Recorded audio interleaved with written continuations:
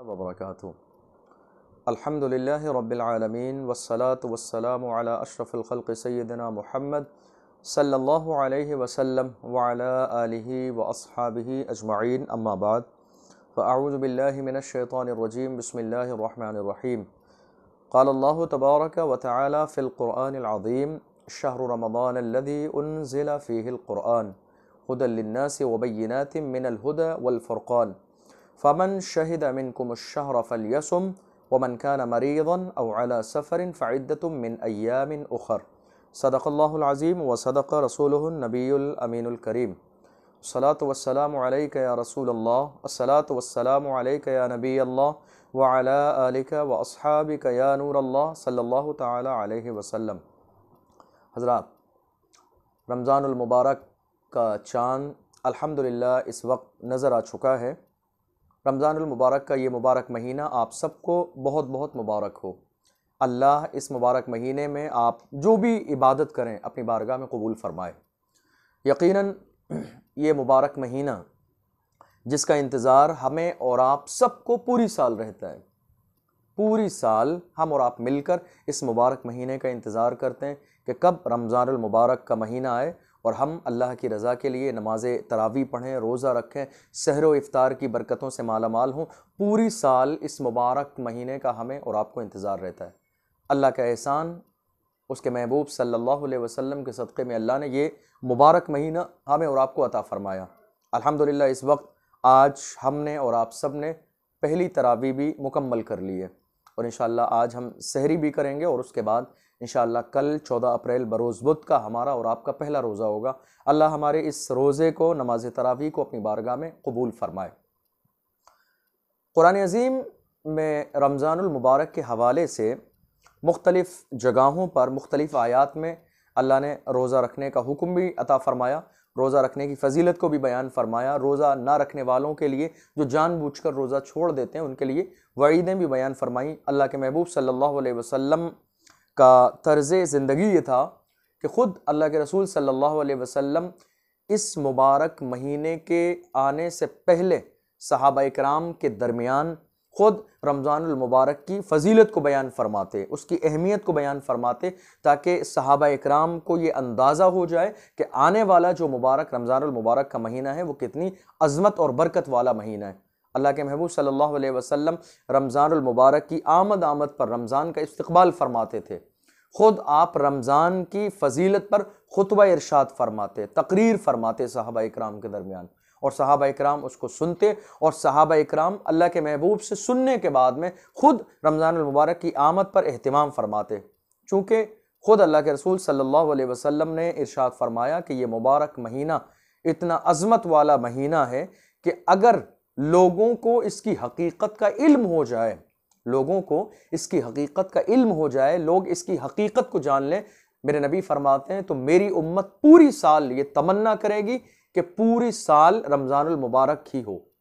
यानी हुजूर का फरमाने आलीशान है कि अगर मेरी उम्मत को इस मुबारक महीने की हकीकत का अंदाज़ा हो जाए तो मेरी उम्मत ये तमन्ना करे पूरी साल के लिए कि अल्लाह पूरी साल को रमज़ानुल मुबारक बना दे।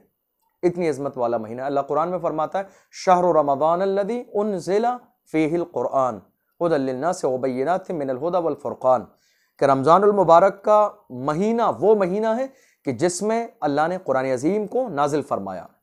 अंदाज़ा लगाइए, कुरान अज़ीम के नुज़ूल की निस्बत की जा रही है रमज़ानुल मुबारक की तरफ। शहरु रमज़ानल्लज़ी उन्ज़िला फ़ीहिल क़ुरआन, कि रमज़ान का मुबारक महीना वो महीना है कि जिसमें अल्लाह ने कुरान अज़ीम को नाजिल फरमाया। और कितना अजीम महीना है कि इसी मुबारक महीने में शब क़द्र भी है, कि जिसके बारे में कुरान अज़ीम में ऐलान फरमाया गया, लैलतुल क़द्र खैरुम मिन अल्फ़ शहर, कि एक रात 1000 महीनों से अफजल है। आप अंदाज़ा लगाइए कि कुरान अज़ीम में बाज़ाब्ता इस मुबारक महीने में आने वाली बरकतों के बारे में, इस महीने की आने वाली सातों के बारे में अल्लाह ऐलान फरमा रहा है कि रमज़ान क्या है। पहली चीज़ बयान फरमाई गई, रमज़ान वो है कि जिसमें अल्लाह ने कुरान को नाजिल फरमाया, और दूसरी चीज़ की वजाहत की गई कि रमज़ानुल मुबारक का महीना इतनी अज़मत वाला है कि इस मुबारक महीने की एक रात जो है वो 1000 महीने से अफजल है। आप ज़रा अंदाज़ा लगाइए कि हम कितने खुशकिस्मत हैं कि अल्लाह ने ये मुबारक और अज़मत वाला महीना हमें और आपको अता फ़रमाया। उसके बाद कुरान अज़ीम के अंदर आखिर में बयान किया गया कुरान अजीम की इस आयत के आखिर में बयान किया गया, फमन शहिदा मिनकुम अश-शहरा फलियसुम, फरमाया गया कि तुम में से जो इस मुबारक महीने को पाए, यानी रमजानुल मुबारक का महीना आ जाए और इंसान जिंदा हो, सही और सलामत हो, तो उस पर लाजिम है, उस पर फर्ज है कि वो इस मुबारक महीने का रोजा रखे। फमन शहिदा मिनकुम अश-शहरा फलियसुम, तो चाहिए कि वो रोजा रखे।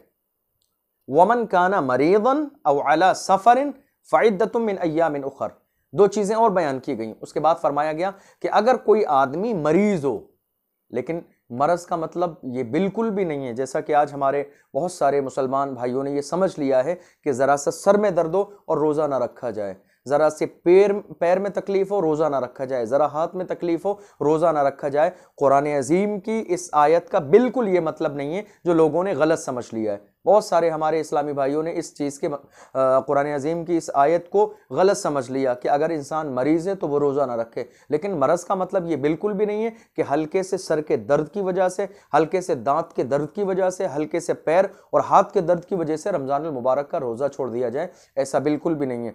बल्कि बीमारी का मामला ये है कि अगर रोज़े रखने वाला इंसान रोज़े की नियत करता है, रोज़ा रख लेता है और ऑलरेडी पहले से वो बीमार है, रोज़ा रखने के बाद बहुत ज़्यादा कमज़ोरी आ जाएगी, चलने फिरने में दुश्वारी होगी, उसका मर्ज बढ़ जाएगा, उसकी जान मुसीबत में पड़ जाएगी, यानी इस लेवल की अगर बीमारी है कि वाकई हरज है, दिक्कत है, परेशानी है, मुसीबतों का सामना है, तो ऐसी कंडीशन में शरीयत मुतहरा ने इंसान को ये इजाज़त दी है कि वो दूसरे दिनों में रोज़ा रख ले। मरज़ का मतलब ये हरगिज़ नहीं है कि ज़रा से सर के दर्द की बुनियाद पर रोज़ा छोड़ दिया जाए। उसके बाद फरमाया वमन काना मरीदन औ अला सफ़र, या दूसरा ऑप्शन ये है कि आदमी रोज़ा छोड़ सकता है वो सफ़र में हो, लेकिन ख्याल रहे कि ये जो सफ़र में रोज़ा छोड़ने का जो हुक्म दिया गया है या जो रुख्सत दी गई है, इसका ये हरगिज़ मतलब नहीं है कि आप सफ़र में हैं तो आपको रोज़ा छोड़ना ही है, ऐसा बिल्कुल भी नहीं है। बल्कि कुरान अजीम ने, अल्लाह और रसूल ने एक ऑप्शन रखा है कि अगर आदमी सफ़र में हो, परेशानी के वक्त में हो, सफ़र में हो, सफ़र में दिक्कतों का सामना होता है, ना सहरी का कोई एहतिमाम होता है, ना इफ्तार का कोई एहतिमाम होता है, इन सारी चीज़ों को हरज से बचाने के लिए, दिक्कत और मशक्क़त से बचाने के लिए ये एक रुख्सत दी गई कि अगर आदमी ऐसे वक्त में रोज़ा छोड़ना चाहे तो इजाज़त है, मगर उनकी क़ज़ा दूसरे दिनों में करेगा। इसका ये हरगिज़ मतलब नहीं है कि अगर आदमी सफ़र में है तो वो ये समझे कि कुरान का हुक्म है आपको सफ़र में रोज़ा छोड़ना है, ऐसा बिल्कुल भी नहीं है। बल्कि ये ऑप्शन है इजाज़त का कि अगर आप सफ़र में हैं, दुश्वारियों का सामना है, लंबा सफ़र है, सहरी और इफ्तार का कोई इंतज़ाम नहीं है, रोज़ा रखते हैं तो सफ़र में दिक्कत आ जाएगी, परेशानी हो जाएगी, तो इन सारी सूरतों की वजह से रुख्सत दी गई है। मगर ये ऐसी रुख्सत नहीं है कि आपको रोज़ा छोड़ना ही है। अगर आप सफ़र के अंदर भी इस्तिताअत रखते हैं रोज़ा रखने की और रोज़ा रख लेते हैं तो ये और ज़्यादा सवाब का काम है, अल्लाह और ज़्यादा सवाब अता फरमाएगा। आज हमारे बहुत सारे नौजवान भाई रमज़ानुल मुबारक का महीना आ जाने के बावजूद भी रोज़ा नहीं रखते हैं। सुस्ती की बुनियाद पर, काहिली की बुनियाद पर, महज घूमने फिरने की बुनियाद पर, या कारोबार के नाम पर, या जिम करने के नाम पर, या फिर किसी और काम पर, इन बहुत सारी वजूहात की बुनियाद पर हमारे बहुत सारे नौजवान भाई रोज़े को नज़रअंदाज कर देते हैं, ज़ाय कर देते हैं, छोड़ देते हैं। आप अंदाज़ा लगाइए कि अल्लाह के महबूब सल्लल्लाहु अलैहि वसल्लम ने इरशाद फरमाया कि अगर इंसान जानबूझकर रमज़ान के महीने का एक रोज़ा छोड़ दे, जानबूझकर रमज़ान के महीने का एक रोज़ा छोड़ दे और उसके बाद पूरी ज़िंदगी वो रोज़ा रखता रहे, तो पूरी जिंदगी के उसके रोजे रमजानुल मुबारक के एक रोजे के बराबर नहीं हो सकते। अल्लाह अकबर। अंदाजा लगाइए आप कितने लोग हमारे आपके दरमियान है सुस्ती की बुनियाद पर, काहिली की बुनियाद पर रोजा छोड़ देते हैं। सहरी में उठने का दिल नहीं है, रोजा छोड़ देते हैं। सहरी में उठे नहीं, दूसरे दिन उज़्र हो गया, मेरी आंख नहीं खुली थी, मेरा दिल नहीं कर रहा था उठने के लिए, मैं उठा नहीं, मैंने सहरी नहीं की, इसलिए इतना लंबा गर्मी का रोजा है, मैं कैसे। महज कुछ लोग सुस्ती की वजह से उठना नहीं चाहते हैं और वो रोजा छोड़ देते हैं। कुछ लोग कारोबार के नाम पे रोज़ा छोड़ देते हैं। आप याद रखिए ये रोज़े कोई ऐसी नई चीज़ नहीं है जो सिर्फ हमारे ज़माने में अल्लाह ने नाजिल फरमाया। सहाबा इकराम के दौर को ज़रूर याद रखिए। रोज़ा छोड़ने से पहले सहाबा इकराम की ज़िंदगी का आलम ये क्या था? सहाबा इकराम की ज़िंदगी का आलम ये था, आपको याद नहीं है?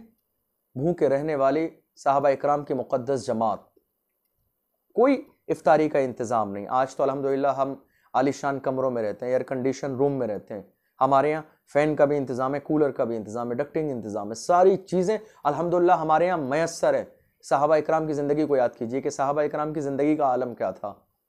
जंगलों में रहने वाले सहाबा इकराम, परेशानियां उठाने वाले, कोई इस तरह का इंतज़ाम नहीं था जिस इंतज़ाम आज के ज़माने में, लेकिन उसके बावजूद भी पेट पर पत्थर भी बांधते थे, लेकिन कभी ज़िंदगी में जानबूझकर एक रोज़ा नहीं छोड़ा सहाबा इकराम की मुक़द्दस जमात ने। जब इंसान ज़्यादा बड़ी कुर्बानियां देता है तो अल्लाह उन्हें बड़े मर्तबे भी अता फरमाता है। आप अंदाज़ा तो लगाइए कि हम में से बेशुमार लोग ऐसे हैं, अल्हम्दुलिल्लाह अल्लाह का एहसान है कि हमने अपने महबूब सल्लल्लाहु अलैहि वसल्लम की उम्मत में पैदा फरमाया, हम कितने खुशनसीब हैं। लेकिन इसके बावजूद भी रोज़ा छोड़ने वाली जो आदत है आप देखिए बहुत सारे लोगों में पाई जाती है। लेकिन ज़रा इस हवाले से आप गौर तो कीजिए और ज़रा महसूस करने की कोशिश तो कीजिए कि ये कितनी बुरी बात है और कितनी गलत बात है। समझ रहे हैं आप? मुख्तलिफ वईदें नाजिल हुई हैं इस बारे में कि इंसान रोज़ा ना रखे रमज़ानुल मुबारक के महीने में, रमज़ानुल मुबारक के महीने में इंसान रोज़ा ना रखे और रोज़ेदारों का एहतराम भी ना करे, रोज़े की ताज़ीम भी ना करे, बल्कि खुलेआम घूमता फिरे, खाता फिरे, लोगों के सामने उनका एहतराम ना करे। मुख्तलिफ दौर में मुख्तलिफ सजाएं मुकर्रर की गई कि ऐसे शख्स को कोड़े लगाए जाएं, ऐसे शख्स को दुर्रे मारे जाएं, ऐसे शख्स को जो है अपने आप से दूर कर दिया जाए। इस तरह की बेशुमार चीज़ें जो है बयान की गई हैं उन लोगों के बारे में कि जो बिल्कुल फ्रेश हैं, कोई तकलीफ नहीं है, कोई मुसीबत नहीं है, कोई बीमारी नहीं है, लेकिन उसके बावजूद जानबूझकर माज़अल्लाह एक जुमला हमारे समाज में और भी बहुत सारे लोगों की ज़बान पर है कि जब उनसे कहा जाता है कि आपने रोज़ा क्यों नहीं रखा, उनके दोस्त, उनके अहबाब, रिश्तेदार, मिलने वाले जब उनसे सवाल कर देते हैं कि आपने रोज़ा क्यों नहीं रखा, तो बहुत सारे ऐसे लोग भी हैं कि जिनकी ज़बान पर माज़अल्लाह 100 बार माज़अल्लाह उनकी ज़बान पर यह आ जाता है क्या हमारे घर खाने को नहीं है जो हम रोज़ा रखें। माज़अल्लाह रब्बिल आलमीन, क्या हमारे घर खाने को नहीं है कि हम रोज़ा रखें? अल्लाहु अकबर। रोज़ा फ़र्ज़ है, कुरान अज़ीम में है या अय्युहल्लज़ीना आमनू कुतिबा अलैकुमुस्सियामु कमा कुतिबा अलल्लज़ीना मिन क़ब्लिकुम लअल्लकुम तत्तक़ून, कि तुम्हारे ऊपर रमज़ानुल मुबारक के रोज़े फ़र्ज़ किए गए जैसे तुमसे पहले वाले लोगों पर रमज़ानुल मुबारक के रोज़े फ़र्ज़ किए गए थे। रोज़ा फ़र्ज़ है हमारे लिए। आज इंसान अगर इस चीज़ पर इतराता है क्या मेरे पास खाने के लिए नहीं है, तो ए इंसान ज़रा ये तो याद रख कि ये खाने की जितनी भी नेमतें हैं ये तुझे अल्लाह ने अता फरमाई हैं। अल्लाह देना जानता है तो देके वापस लेना भी जानता है। खबरदार इतराने का मिजाज कभी पैदा नहीं करना, कभी गुरूर वाला मिजाज पैदा नहीं करना, कभी अपने आप को बड़ा नहीं समझना, कभी इस तरह के जुमले अपनी ज़बान से नहीं निकालना कि जो जुमले अल्लाह रसूल की नाराज़गी का ज़रिया बन जाए, अल्लाह रसूल की नाराज़गी का सबब बन जाए। इसलिए कि अल्लाह जब नवाजने पे आता है तो बेशुमार नेमतें अपने बंदे को अता फरमाता है, लेकिन जब अल्लाह किसी बंदे से उसकी बदगुमानी की वजह से, उसके गुरूर और तकब्बुर की बुनियाद पर अल्लाह नाराज़ हो जाता है तो उस इंसान की पूरी ज़िंदगी तबाह बर्बाद हो जाती है। कभी ज़बान से ऐसा जुमला ना निकालिए जो अल्लाह रसूल के हुक्म के खिलाफ हो, शरीयत मुतहरा की हुदूद को पामाल करने वाला हो। आप बीमार हैं, शरीयत ने आपको इजाज़त दी है, लेकिन ख्याल रहे कि बीमारी उस लेवल की होना चाहिए, महज सर के दर्द की बुनियाद पर, महज कान के दर्द की बुनियाद पर, महज दांत के दर्द की बुनियाद पर, हाथ पैरों के दर्द की बुनियाद पर, या आपने काम ज़्यादा कर लिया थोड़ी सुस्ती और काहली की बुनियाद पर। यह कोई उज़्र नहीं है कि जिसकी बुनियाद पर रोज़ा छोड़ दिया जाए। या फिर आप कहीं मार्केट में काम करने जाते हैं तो यह कोई उज़्र नहीं है कि उसके लिए आप रोज़ा छोड़ दें, बल्कि अगर इस लेवल की बीमारी है कि अगर आप रोज़ा रखेंगे तो मर्ज़ बढ़ जाएगा, आपकी बीमारी बढ़ जाएगी, आप सही नहीं हो पाएंगे, आपका मर्ज सही नहीं होगा, इस तरह की सिचुएशन है, तो शरीयत मुतहरा ने आपको इजाज़त दी है कि आप रोज़ा ना रखें, रोज़े की दूसरे दिनों में क़ज़ा कर लें। लेकिन जानबूझकर जबकि कोई शरई उज़्र मौजूद नहीं है उसके बावजूद भी अगर आप रोज़ा छोड़ देते हैं तो आप समझ लीजिए अल्लाह के महबूब सल्लल्लाहु अलैहि वसल्लम का फरमान आपके लिए, हुजूर ने फरमाया कि जानबूझकर रमज़ानुल मुबारक का एक अगर रोज़ा छोड़ दिया उसके बाद पूरी ज़िंदगी रोज़ा रखता रहे, मगर पूरी ज़िंदगी के तमाम रोज़े मिलकर भी रमज़ानुल मुबारक के एक रोज़े के बराबर नहीं हो सकते। और रोज़े के अंदर, ख़ास तौर पर रोज़े के अंदर ख्याल रखिए कि आप अपनी नाक की भी हिफाजत कीजिए, अपनी आँखों की हिफाजत कीजिए, अपने कान की हिफाजत कीजिए, अपने हाथों की हिफाजत कीजिए, अपने पैरों की हिफाजत कीजिए। आपके जिस्म के हर हिस्से का रोज़ा है। अपने कानों को बचाइए कि कहीं ये कान गीबत ना सुने। अपनी ज़बान की हिफाजत कीजिए कि ज़बान से किसी की गीबत ना हो, बुराई ना हो। अपनी आँखों की हिफाजत कीजिए कि आपकी आँखें कुछ गलत ना देखें। अपने हाथों की हिफाजत कीजिए, ना आपके हाथ किसी पर जुल्म करें, ना ये माले ना हक कमाएं। इसलिए को हुजूर अकरम सल्लल्लाहु अलैहि वसल्लम के ज़माने का मिजाज ये था कि जब मर्द घर से बाहर निकलते थे रोज़ी कमाने के लिए, कारोबार के लिए, तो सहाबा इकराम की मुक़द्दस जमात आप देख लीजिए, उस ज़माने की औरतें देख लीजिए, जब वो निकलते थे तो उनके घर की औरतें कहती थी, खबरदार खबरदार, माले हराम न कमाना। हम दुनिया की भूख तो बर्दाश्त कर सकते हैं मगर जहन्नम की आग हरगिज़ बर्दाश्त नहीं कर सकते। अपने इन हाथों की हिफाजत कीजिए, इन हाथों से किसी पर जुल्म मत कीजिए, इन हाथों से किसी के माल को मत दबाइए, इन हाथों से किसी पर जो है, इन हाथों का मतलब यह भी है कि अपने पावर का भी कहीं गलत इस्तेमाल मत कीजिए, मिसयूज मत कीजिए। इसलिए कि सबसे बड़ी ताकत वाली जात अल्लाह की जात है। अल्लाह ने अगर आपको पावर दिया है, चाहे वह मालो दौलत का पावर है, चाहे आपके हाथों का ताकत है, बाजू की ताकत है, या आप खानदानी तौर पर अपने औलाद के तौर पर या बैकग्राउंड की बुनियाद पर आप मजबूत हैं, तो इस ताकत का गलत इस्तेमाल मत कीजिए, अपने पैरों का गलत इस्तेमाल मत कीजिए। यानी इन पैरों से किसी ऐसी जगह मत जाइए जहां शरीयत मुतहरा ने आपको जाने से मना फरमाया है। पूरे जिस्म के साथ, रोजे के साथ रहिए। आप हालत रोजे में पूरे जिस्म की हिफाजत कीजिए। दूसरी चीज, आप अंदाजा लगाइए कि अल्लाह के रसूल सल्लल्लाहु अलैहि वसल्लम के ज़माने में क्या ये रोज़े का महीना नहीं आया? खुद हमारे नबी ने इन रोज़ों की फजीलत हमें और आपको बयान फरमाई। मेरे नबी फरमाते हैं कि जब रमज़ान अल मुबारक का महीना आने वाला होता है तो अल्लाह जन्नत के दरवाजे खोल देता है।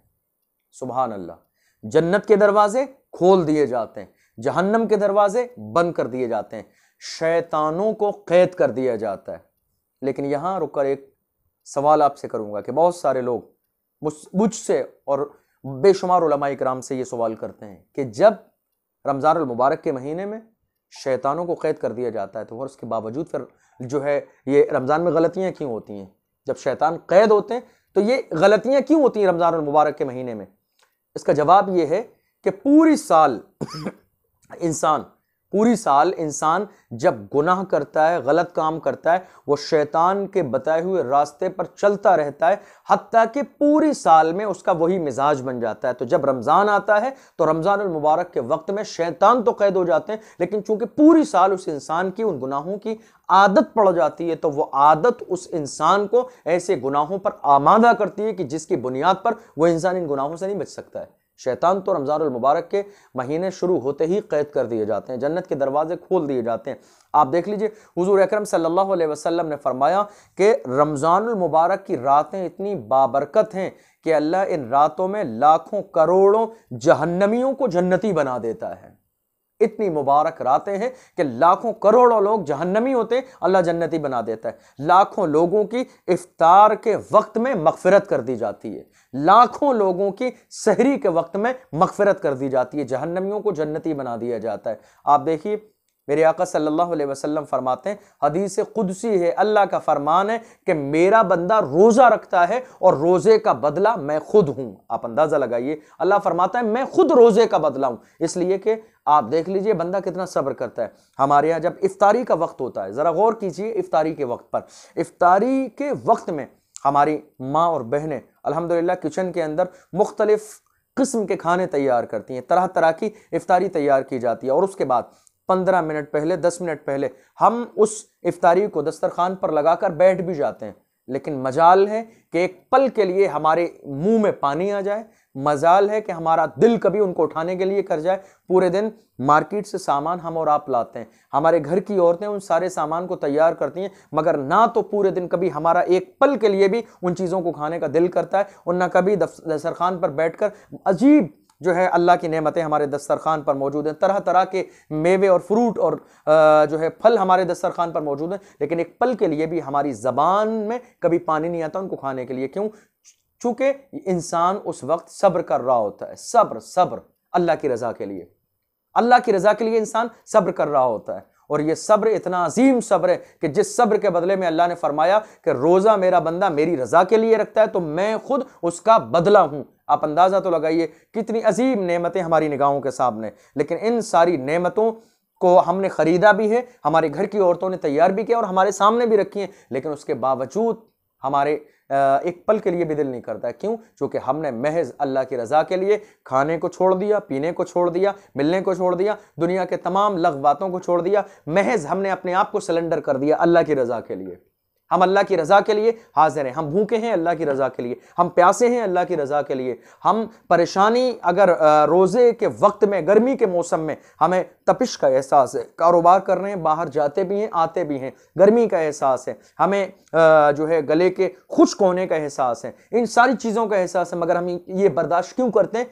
अल्लाह की रज़ा के लिए। अल्लाह के रसूल सल्लल्लाहु अलैहि वसल्लम ने फरमाया कि रोज़ेदार के मुंह से निकलने वाली बू अल्लाह को मुश्क से ज्यादा पसंद है। मुश्क से ज्यादा अल्लाह को महबूब है जो रोजेदार के मुंह से बू निकलती है। आप अंदाजा तो लगाइए कितनी फजीलतें हैं आपके लिए जब आप रोजा रखते हैं, कितने महबूब बन जाते हैं आप उस वक्त में जब आप रोजा रखते हैं, कितना अजीम मर्तबा अल्लाह रसूल की नजर में होता है आपका कि जिस वक्त में आप रोजेदार होते हैं। आप रोजा रखने की आदत बनाइए। खबरदार किसी भी मुसलमान को ये ज़ेबा नहीं देता है कि रमज़ानुल मुबारक का महीना हो, हालात साजगार हों, घर पर अल्लाह ने नेमतें अता फरमाई हों, महज सुस्ती और काहली की बुनियाद पर वो सहरी में बेदार ना हो, सहरी में ना जागे और उसके बाद ये बहाना बना ले कि मैंने सहरी नहीं खाई, मैं रोज़ा ना रखूं। खबरदार खबरदार, हरगिज़ ऐसा मत कीजिए। रमज़ानुल मुबारक का महीना बहुत अज़मत वाला, बरकत वाला, रहमत वाला, मग़फ़िरत वाला, जहन्नम से आज़ादी वाला महीना है। इस महीने की तमाम तर बरकतों को हासिल कीजिए, क्योंकि ये महीना इतनी अज़मत वाला है कि खुद अल्लाह के रसूल सल्लल्लाहु अलैहि वसल्लम इसकी आमद पर, इसके आने पर सहाबा इकराम को जमा फरमा के मेरे नबी खुतबा इरशाद फरमाते थे। आमद रमज़ान पर मेरे नबी इस्तक़बाल फरमाते थे। रमज़ान मुबारक का बहुत अज़मत वाला, बरकत वाला महीना है। आप अंदाज़ा लगाइए कि इस मुबारक महीने की कंडीशन ये है कि कोई इंसान नफल नमाज पढ़ता है तो अल्लाह नफल के बदले में सवाब फ़र्ज का अता फरमाता है। इसकी बरकत देखिए आप, नफल नमाज पढ़ता है इंसान तो सवाब फ़र्ज का मिलता है, और फ़र्ज नमाज पढ़ता है इंसान तो दूसरे दिनों के मुकाबले में 70 फ़र्जों का सवाब मिलता है। इतना मुबारक और अज़मत वाला है। अल्लाह के रसूल सल्लल्लाहु अलैहि वसल्लम ने इरशाद फरमाया इफ्तार के बारे में। हुज़ूर ने फरमाया, ऐ लोगों, इफ्तार कराया करो। तुम दुनिया में किसी रोज़ेदार को इफ्तार कराओगे तो मैं तुम्हें जामे कौसर से सैराब करूंगा। साहबा इकराम हैरान हो गए, या रसूलल्लाह, आपने रोज़ेदार को रोज़ा इफ्तार करने की फजीलत बयान फरमाई, आपकी ज़बान फैज़ तर्जुमान से निकलने वाला हर जुमला बरहक है, लेकिन या रसूलल्लाह, हम गरीब लोग हैं, जब हमारे पास कुछ खिलाने को ना हो तो हम इतनी अजीम फजीलत कैसे हासिल करें? अल्लाह के रसूल सल्लल्लाहु अलैहि वसल्लम ने फरमाया कि अगर रोज़ेदार को कुछ खिलाने को ना हो, अगर एक गिलास पानी भी पिला दोगे तो तुम्हें ये फजीलत हासिल हो जाएगी। क्यों? क्योंकि अल्लाह तुम्हारी नियतों को देखता है। अगर तुम एक मिट्टी का प्याला पानी भर के, एक कूजा भर के रोजेदार को पेश कर दोगे और वो रोजे की हालत पूरी करने के बाद इफ्तार के वक्त में तुम्हारे दिए हुए पानी से रोजा इफ्तार कर ले, तो मेरे नबी सल्लल्लाहु अलैहि वसल्लम फरमाते हैं तुम्हें भी ये बरकत हासिल होगी कि तुम्हें भी जामे कौसर से सैराब किया जाएगा। चूँकि अल्लाह लंबे लंबे दस्तरखान नहीं देखता है, अल्लाह दस्तरखान पर सजी हुई तरह तरह की नेमतों को नहीं देखता है, बल्कि अल्लाह हम किसी भी इंसान को सहरी कराते हैं या इफ्तार कराते हैं, अल्लाह हमारी नीयत को देखता है। हदीस पाक है, इन्नमल अमालु बिन्नियात, अमल का दारो मदार इंसान की नीयत पर है। वहाँ खाने नहीं देखे जाते हैं, वहाँ तरह तरह की नेमतें नहीं देखी जाती हैं, वहाँ मेवे नहीं देखे जाते हैं, वहाँ फ्रूट्स नहीं देखे जाते हैं, बल्कि अल्लाह हमारे दिलों को देखता है। अल्लाह के रसूल सल्लल्लाहु अलैहि वसल्लम ने फरमाया सहरी किया करो, क्योंकि सहरी में बरकत है। सहरी किया करो, सहरी के वक्त में बेदार होया करो, इसलिए कि सहरी में बरकत है। ज़रूरी नहीं है, आप में से बेशुमार लोग हैं, हमारे आपके दरमियान बहुत सारे ऐसे लोग हैं कि जो सहरी के वक्त में कुछ नहीं खाते हैं, लेकिन खाने का मकसद नहीं। हुज़ूर अकरम सल्लल्लाहु अलैहि वसल्लम ने फरमाया अगर ना भी खाओ तो कम से कम सहरी के वक्त में उठ जाओ, वुजू कर लो, कुल्ली कर लो और 2 घूंट 3 घूंट पानी ही पी लो, लेकिन सहरी के वक्त में बेदार जरूर हो जाओ, इसलिए कि अल्लाह ने सहरी के वक्त में बरकत रखी है। सहरी के वक्त में दुआएं कबूल होती हैं, सहरी के वक्त में जहन्नमी लोगों को जन्नती बनाया जाता है। सहरी का वक्त इतना मुबारक वक्त है कि यही वक्त तहज्जुद की नमाज का वक्त भी है।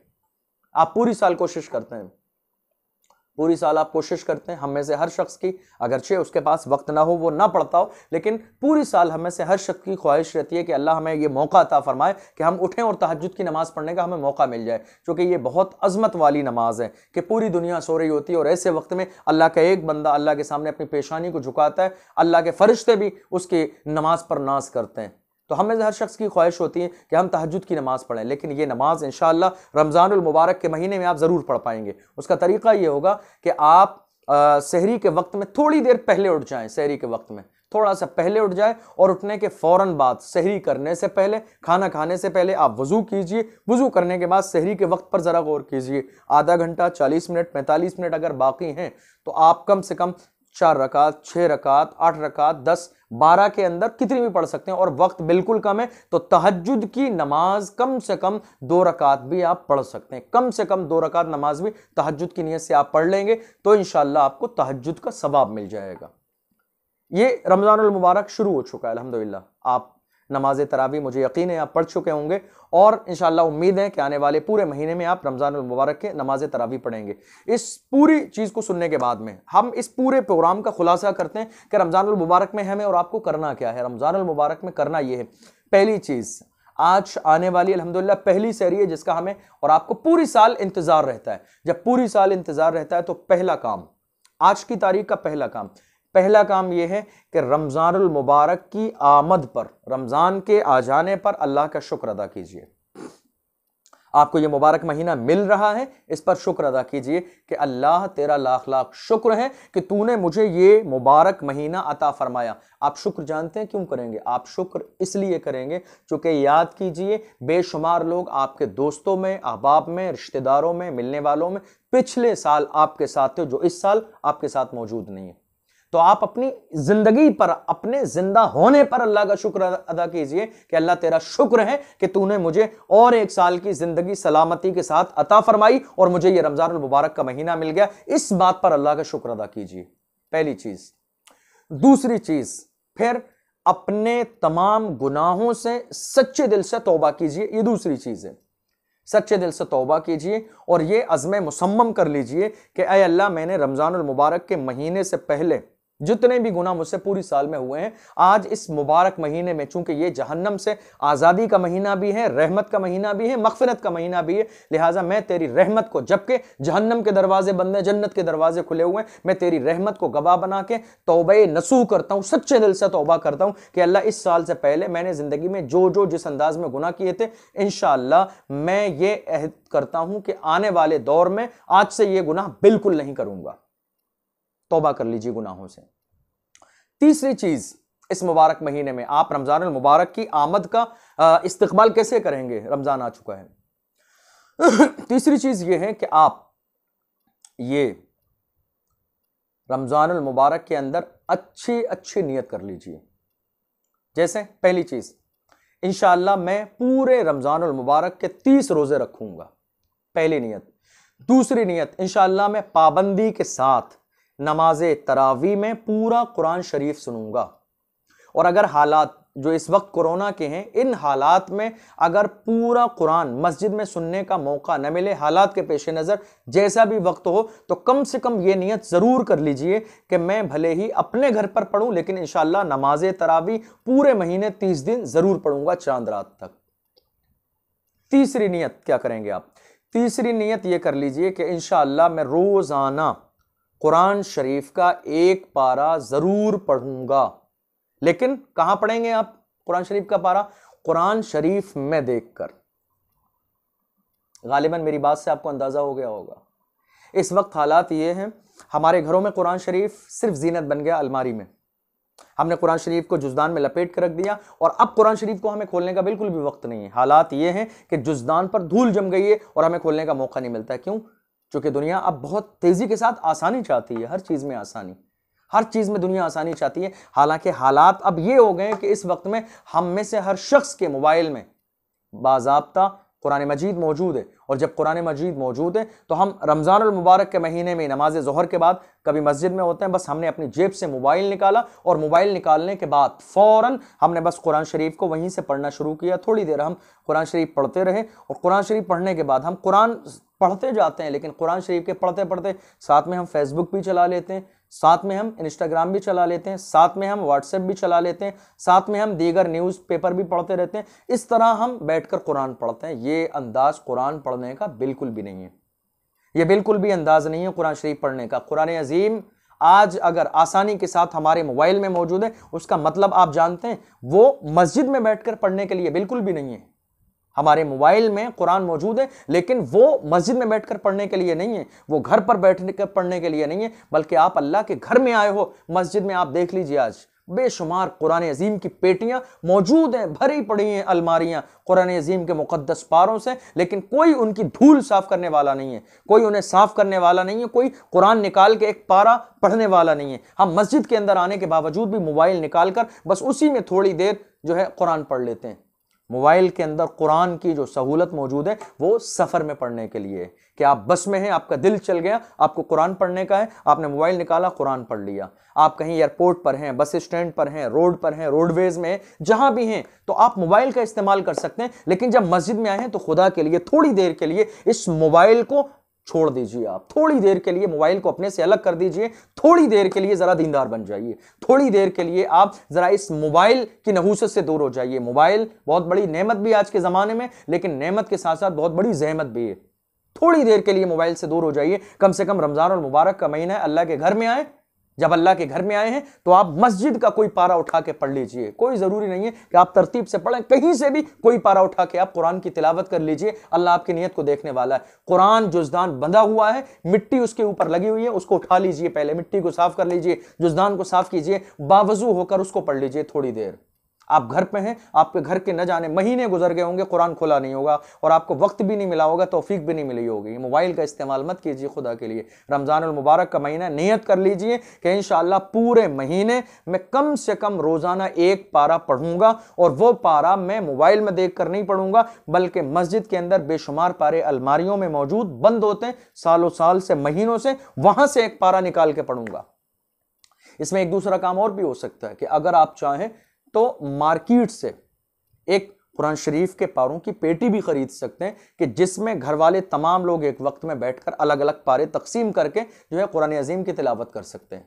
लेकिन सिर्फ मोबाइल का इस्तेमाल, जो कि कई बार ऐसा होता है कि इंसान जब बेवजू हो या बावजू हो मोबाइल खोल के पढ़ना शुरू कर देता है और मोबाइल के साथ साथ न जाने वो बेशुमार चीज़ों का इस्तेमाल करता है। ये कोई पढ़ने वाली चीज़ नहीं है, इसलिए फ़ायदा नहीं है कुछ भी इसका। लोग मोबाइल के साथ साथ जो है फेसबुक भी इस्तेमाल करते हैं, ट्विटर भी इस्तेमाल करते हैं, दीगर चीज़ें, न्यूज़ वगैरह सारी चीज़ें करते हैं, तो ये एक अच्छी बात नहीं है। इसलिए कुरान अजीम, अगर इतनी अजीम नेमत आपके मोबाइल में मौजूद है, मैं उसके लिए मना नहीं कर रहा हूँ, लेकिन उसका इस्तेमाल आप सफ़र में कीजिए। आप बस में हैं, आप ट्रेन में हैं, आप फ्लाइट में, वहाँ पर आप जुज़दान वाला कुरान एहतराम के साथ नहीं ले जा सकते, तो वहाँ मोबाइल का इस्तेमाल कीजिए। लेकिन घर में और मस्जिद में बावजू होकर क़िबला रू बैठकर बाज़ाब्ता अदब के दायरे में कुरान अजीम हाथ में लीजिए, इसलिए कि कुरान का छूना भी सवाब, कुरान का पढ़ना भी सवाब, कुरान हाथ में लेना भी सवाब, कुरान को देखना भी सवाब। इतनी सारी नेमतें आपको एक वक्त में हासिल हो जाती हैं, लेकिन ये सारी नेमतें मोबाइल को छूने में आपको हासिल नहीं होंगी। उसके बाद एक नियत आप ये भी कीजिए कि अगर आप उर्दू पढ़ना जानते हैं, अगर आप उर्दू पढ़ना जानते हैं तो आप नियत कीजिए कि इंशाअल्लाह मैं रोज़ाना कम से कम एक रुकू कुरान शरीफ का इस अंदाज में पढ़ूंगा कि उसका तर्जमा भी पढ़ूंगा और उसकी तफसीर भी पढ़ूंगा और उसको समझने की कोशिश करूंगा, और जहां दुश्वारी होगी वहां किसी मोतबर और जिम्मेदार आलिम दीन से रहनुमाई हासिल करूंगा। कम से कम आप सरकार आला हजरत फाजिल बरेलवी रदी अल्लाह अन्हु का कंजुल ईमान ले लीजिए। अगर आपको उर्दू पढ़ना आती है तो उसमें से कम एक रुकू तर्जमा पढ़ के उसको समझने की कोशिश कीजिए। उसके बाद एक काम आपको यह भी करना है कि आप रमजान अल मुबारक के इस पूरे महीने का आप टाइम टेबल सेट कर लीजिए कि आपको 24 घंटे में क्या करना है, कब आपको सोना है, कब जागना है, कब कुरान पढ़ना है, कब लोगों से मिलना है, कभी फ़ोन का इस्तेमाल करना है, कब आपको क़ज़ा नमाज़ें पढ़नी है। चूँकि ये मुबारक महीना ऐसा है कि इस मुबारक महीने की कोई मिसाल बयान नहीं की जा सकती। एक लम्हा भी ज़ाय करने के लायक नहीं है, एक पल भी ज़ाय करने के काबिल नहीं है। इसलिए टाइम टेबल ज़रूर सेट कीजिए आप, क्योंकि जब आप टाइम टेबल सेट कर लेंगे तो आप ये समझ लीजिए कि इंशाल्लाह ज़्यादा से ज़्यादा इबादत कर पाएंगे। हालांकि आज हालात बहुत ज़्यादा अजीब हैं। हमारे बेशुमार नौजवान भाई पूरी रात रमज़ान अल मुबारक में जागते रहते हैं और फजर की नमाज के बाद जब वो अपने बिस्तर पर सोने के लिए जाते हैं तो अब उनकी नींद इतनी ज़्यादा लंबी होती है कि कभी वो नमाज असर के वक्त बेदार होते हैं, कभी नमाज मगरिब के वक्त बेदार होते हैं। आप मुझे बताइए, रमज़ान अल मुबारक का महीने में रोज़ा रखने का ये बिल्कुल भी तरीक़ा नहीं है कि हम रोज़ा रखने के बाद पूरे दिन बिस्तर पे सोते ही रहें। ये बिल्कुल भी तरीका नहीं है। रमज़ानुल मुबारक का महीना ये इबादत का महीना, सिर्फ सोने और जागने का महीना नहीं है, बल्कि मुकम्मल जागने का महीना है। उसके बाद आप एक छोटा सा काम ये भी कर सकते हैं कि इन सारी चीज़ों के वक्त को जब आप तकसीम कर देंगे तो इंशाअल्लाह आपके सोने और जागने का वक्त भी मुतय्यन होगा, आपके उठने बैठने का वक्त मुतय्यन होगा, कुरान पढ़ने का वक्त मुतय्यन होगा, अपने दोस्तों से मिलने का वक्त मुतय्यन होगा। इसमें एक ख़ास काम ये ज़रूर कीजिए 30 दिन के अंदर कि आप जो बेमकसद मुलाकातें हैं उनको बंद कर दीजिए। जो बेमकसद मुलाकातें हैं, घूमने वाला मिजाज, फिरने वाला मिजाज, इधर उधर आने जाने वाला मिजाज, रोडों पे टहलने वाला मिजाज, मर्डर गश्ती करने वाला मिजाज, इसको ज़ाय कर दीजिए, ख़त्म कर दीजिए, बिल्कुल अपनी ज़िंदगी से इसको बिल्कुल निकाल दीजिए। 2021 में आप किन हालात से गुजर रहे हैं, यकीनन ये मुझे समझाने की ज़रूरत नहीं है, सारी सिचुएशन आपकी निगाहों के सामने। अगर सारी सिचुएशन हमारी निगाहों के सामने होने के बावजूद भी अगर हमारा रमज़ान वैसे ही गुजर जाए तो फिर क्या क्या होगा आने वाले दौर में, ज़रा अंदाज़ा तो लगाइए आप। इसलिए ये फालतू मुलाकातें हैं, खाली घूमने फिरने वाला शौक, खुदा के लिए इस 30 दिनों में इसको ख़त्म कर दीजिए। रात में घूमना फिरना, गाड़ी लेकर रोडों पे टहलना, शोर शराबा, हंगामा मचाना, ये सारे काम शरई तौर पर भी जायज़ नहीं है। मज़हब इस्लामी इस तरह के गलत कामों की इजाज़त नहीं देता है और हालात भी इस तरह के कामों की इजाज़त नहीं देते हैं। तो ये फालतू मुलाकातें कुछ वक्त के लिए 30 दिन के लिए बंद कर दीजिए। 30 दिन में मुलाकात सिर्फ उन लोगों से कीजिए कि जिनसे मिलना बहुत ज़्यादा ज़रूरी हो, बहुत ज़्यादा ज़रूरी है, आप मुलाकात कर लीजिए। लेकिन वो महफिल, जैसा कि रमज़ानुल मुबारक से पहले कई बार ऐसा होता है जब हमारा दिल चाहता है तो हम थोड़ा सा टाइम गुजारने के लिए, टाइम पास करने के लिए अपने दोस्तों के यहाँ चले जाते हैं, कभी घूमने फिरने चले जाते हैं, कभी हम होटल पे चले जाते हैं टाइम पास करने के लिए। यकीनन ये हम में से हर शख्स करता है, लेकिन रमज़ानुल मुबारक में बिल्कुल ये वाला मिजाज मत बनाइए कि हमारा टाइम पास नहीं होता है तो हमें दोस्तों के पास घूमने जाना चाहिए, वहाँ बैठने जाना चाहिए। चूँकि अगर आप एक सच्चे पक्के ईमान वाले आशिक रसूल बनकर अपने टाइम टेबल को सेट करते हैं तो आप यकीनन खुद भी अंदाजा लगाइए कि आपके पास खुद इतना वक्त बाकी ही नहीं बचेगा कि आप किसी और के पास जाएं घूमने के लिए। एक काम इसमें यह भी आप कर सकते हैं कि आप इस पूरे मुबारक महीने में जब जब अपने लिए, अपनी फैमिली के लिए राशन खरीदें तो ये पहल कर लीजिए, आप शुरुआत कर लीजिए कि इंशाअल्लाह पंजतन पाक की निस्बत से, किससे? पंजतन पाक की निस्बत से इंशाअल्लाह आप अपने घर के राशन के साथ 5 गरीबों के लिए राशन खरीदें इस मुबारक रमजान में। पंजतन पाक की निस्बत से, पंजतन पाक की निस्बत से इस मुबारक महीने में जब भी आप अपने घर के लिए राशन खरीदेंगे तो पंजतन पाक की निस्बत से 5 गरीबों के लिए राशन की किट जरूर पैक कराइए, अगर अल्लाह ने आपको इस लायक बनाया है तो। अगर आपकी कंडीशन नहीं है सो नो प्रॉब्लम, लेकिन अगर आपको अल्लाह ने इस लायक बनाया है तो यकीनन ये कोशिश कीजिए कि अपने घर के राशन के साथ 5 मुसलमान गरीब भाइयों के लिए, यतीम और बेवा मिस्कीनों के लिए, 5 लोगों के लिए राशन की किट का जरूर एहतमाम कीजिए। चूंकि हम में से हर